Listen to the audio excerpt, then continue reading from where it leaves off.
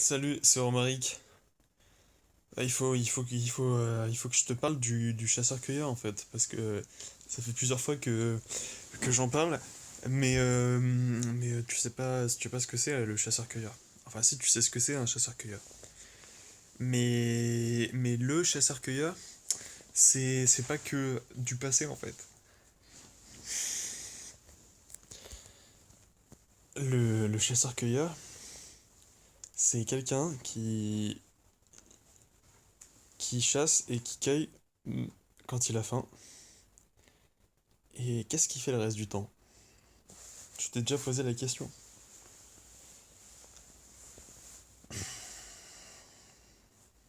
Après, je dis pas que être chasseur-cueilleur c'est bien parce que quand t'es chasseur-cueilleur, tu dois quand même marcher beaucoup et tout, donc c'est un peu compliqué. Après, il y a l'étape d'après, c'est les chasseurs-cueilleurs qui construisent des huttes. euh, Parce que je te parle pas des chasseurs-cueilleurs des origines, hein, pas ceux qui courent tous les jours et qui ont pas le temps de planter et d'épiquer pour leur tente. Là, je te parle des chasseurs-cueilleurs de la grande époque. Ceux qui mettent des maisons à un endroit l'été ou l'hiver, je sais pas, où ils plantent leur tente à un endroit ou leur petite hutte, ils y restent quelques mois et dès qu'il n'y a plus de gibier ou il n'y a plus de nourriture, et ben ils changent d'endroit. Voilà. Et après il y a l'étape d'après où là c'est plus vraiment des chasseurs-cueilleurs nomades, c'est des chasseurs-cueilleurs sédentaires où, où en fait il y a un mec, il s'est rendu compte que d'une année sur l'autre, les graines d'une même plante, d'une plante, elles repoussaient et elles donnaient naissance à la même plante qui contenait plus de graines. Et du coup, bah, c'est pas mal et ils ont inventé l'agriculture.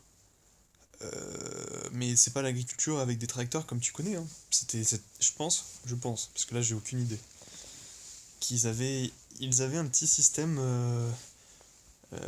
bien réparti, hein. Ils tiraient pas toute leur nourriture de la terre, sinon ils auraient eu des carences. Ils tiraient pas toute leur nourriture de la chasse parce que sinon ils auraient vidé un lieu de leurs animaux et ensuite ils auraient plus rien eu à manger. Après ils font de l'élevage, mais pareil, tu peux pas manger tout ton troupeau d'un coup. Et ensuite, ils peuvent pas non plus se nourrir que de fruits et de légumes parce que l'hiver il y en a plus trop en fait. En tout cas en Europe et dans les parties tempérées avec des saisons, des quatre saisons. Donc en fait, le chasseur-cueilleur, c'est avant tout un état d'esprit. Je pourrais t'expliquer comment j'ai pris conscience de ça, mais je me sens pas la légitimité puisque c'est une expérience que j'ai fait avec quelqu'un. Et, je me sens pas légitime de raconter cette expérience comme si je l'avais vécue seul alors que c'est même pas mon idée à la base. C'est l'idée de quelqu'un d'autre. Mais je me permets d'en parler parce que c'est important d'en parler et de faire voyager l'idée parce qu'en fait, le chasseur-cueilleur, il répond à plusieurs problématiques. La première problématique, c'est celle de savoir euh, comment on trouve à manger, et ben en allant la chercher. La deuxième problématique, c'est qu'est-ce que je fais du temps où j'ai mangé et j'ai rien à faire. Ou alors, enfin, imaginons que tu as déjà ta petite hutte de chasseur-cueilleur, mais là tu es déjà dans la phase où t'es plus trop un chasseur-cueilleur puisque t'as mis en place une forêt nourricière, et puis tu fais de la permaculture préhistorique. Donc tout ça c'est vachement optimisé, hein. Tu te sers beaucoup de la nature et tu travailles pas trop encore. Donc en fait, il y a un moment où ton système, t'as juste besoin d'aller chercher des fruits quand t'as faim et puis de les stocker peut-être pour l'hiver quand même. Tu sais, de les faire sécher, pareil pour les céréales. Donc là, t'es chasseur-cueilleur et t'es aussi un peu permaculteur. Bon, et du coup, t'as mangé, t'as tes réserves pour l'hiver, t'as ta maison, t'as ta petite hutte. T'as deux, trois petits trucs à améliorer dans ta vie, mais bon, en vrai, rien de pressant. Donc là, qu'est-ce que tu fais? T'as mangé, t'es en train de digérer, même pas, tu vois, t'as mangé, t'as fini de digérer, mais t'as pas encore assez faim pour le repas d'après parce que tu sais quand même te fixer des limites, hein. Tu sais distinguer quand est-ce que t'as vraiment faim et quand est-ce que ton estomac il s'ennuie. Parce que bon, dans le ventre, il y a quand même la moitié, l'équivalent de la moitié des neurones qu'on a dans le cerveau, donc il faut l'occuper aussi, tout ce ventre. Mais je sais pas encore comment faire. Ça se trouve, je pourrais le mettre à profit et lui faire du calcul mental, mais j'ai pas encore trouvé comment faire. Donc le chasseur-cueilleur, quand il a fini de, quand il a l'estomac rempli, il fait rien.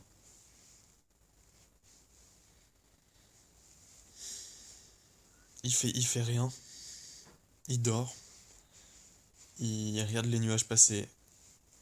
Il, il a des idées comme ça. Il discute avec d'autres personnes, hein, bien sûr. Il est pas tout seul, donc en plus il a encore plus d'idées du coup.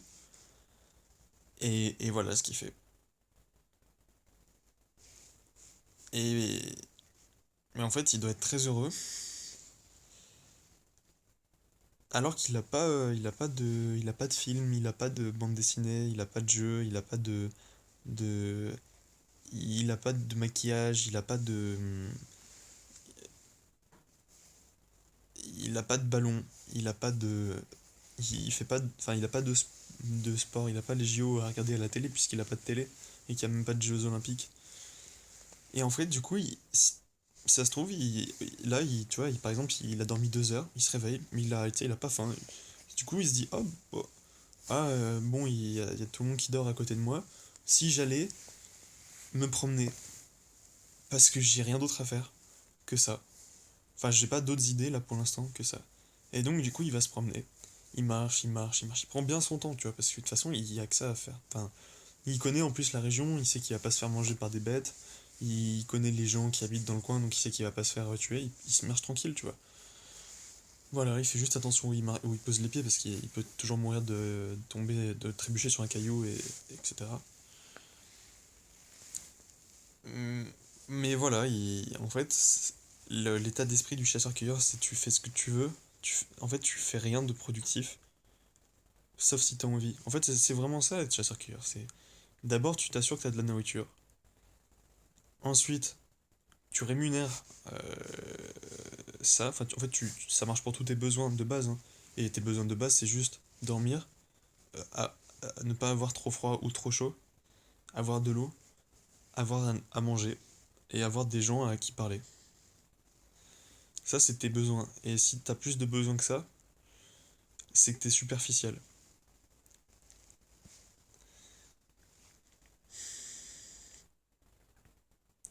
Le chasseur-cueilleur, il s'encombre pas de tout ça. Tout ça, ça a été inventé après. Ça a été inventé par des gens et ça a été repris par d'autres. C'est ça le système, la culture. La culture, c'est l'émergence d'un comportement, son adoption par d'autres et son évolution dans le temps. Donc en fait, si pour sortir tu te fais beau, ben rappelle-toi aussi que tu te fais beau parce que c'est la société qui veut ça. Mais sinon t'as aucune raison de faire ça. Enfin, pourquoi tu te fais beau? Tu te fais pas beau pour toi, tu te fais beau pour les autres.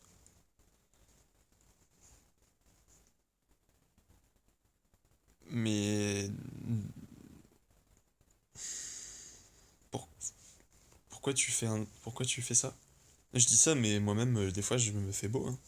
Quand j'ai des trucs à des gens, des gens particuliers à aller voir, je me fais beau. Et quand il y a des événements et tout, je me fais beau aussi. Faut pas croire, hein, c'est pas parce que j'ai toujours le même sweat depuis 2 jours que je me fais pas beau. Regarde, je peux.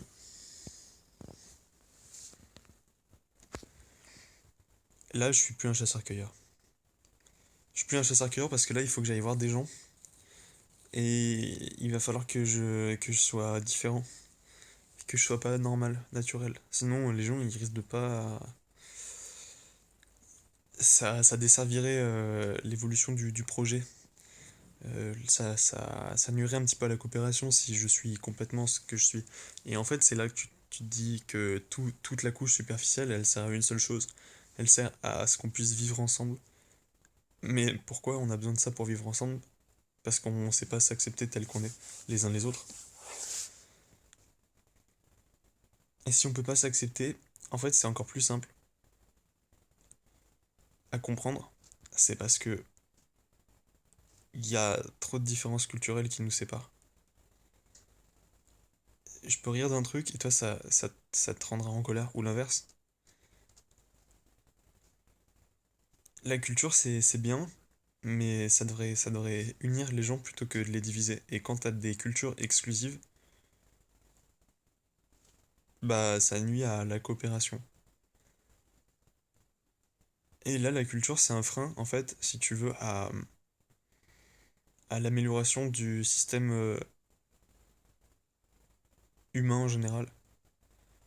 Mais pourtant, il y a la culture, ça peut rassembler aussi. Donc c'est pas une mauvaise chose. Mais je dis juste que, comme pour plein d'autres choses, il faut trouver le juste équilibre.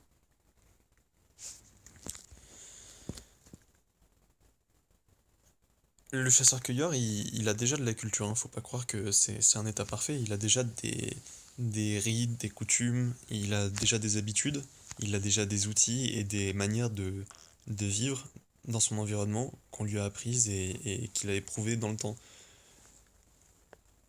Mais là, on est dans l'aspect terre à terre, en fait.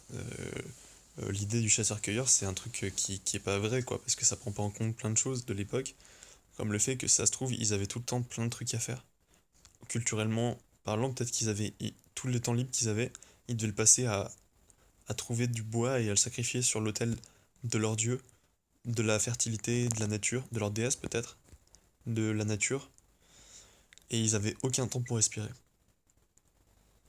Par exemple, tu vois, les Spartiates, ben, il paraît. Enfin, j'ai vu une vidéo sur YouTube où ils expliquent que, bah, c'est vrai, ils ont tyrannisé. Enfin, ils étaient très forts et ils tyrannisaient certains peuples grecs, et ils étaient vraiment les maîtres de la guerre. Et en fait, comme ils avaient tout le temps besoin de montrer qu'ils étaient forts,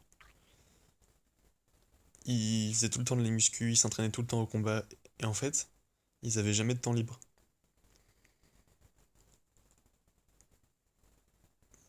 Tu vois ce qui se passe quand on n'a pas de temps libre?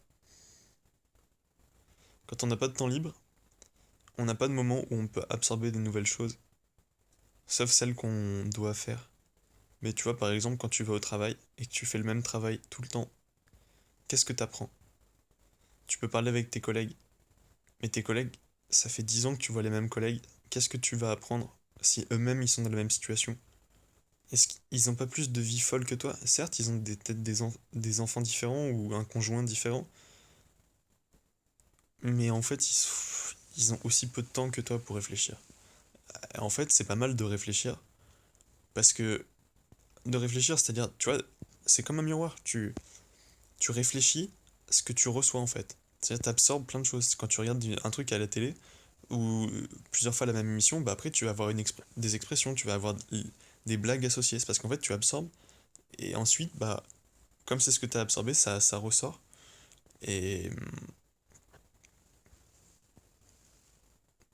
et c'est pour ça, c'est comme ça qu'on réfléchit. C'est ça que je veux dire par réfléchir. Voilà. Le chasseur-cueilleur, c'est quelqu'un qui réfléchit beaucoup. Mais il faut que je te mette en garde parce que être un chasseur-cueilleur,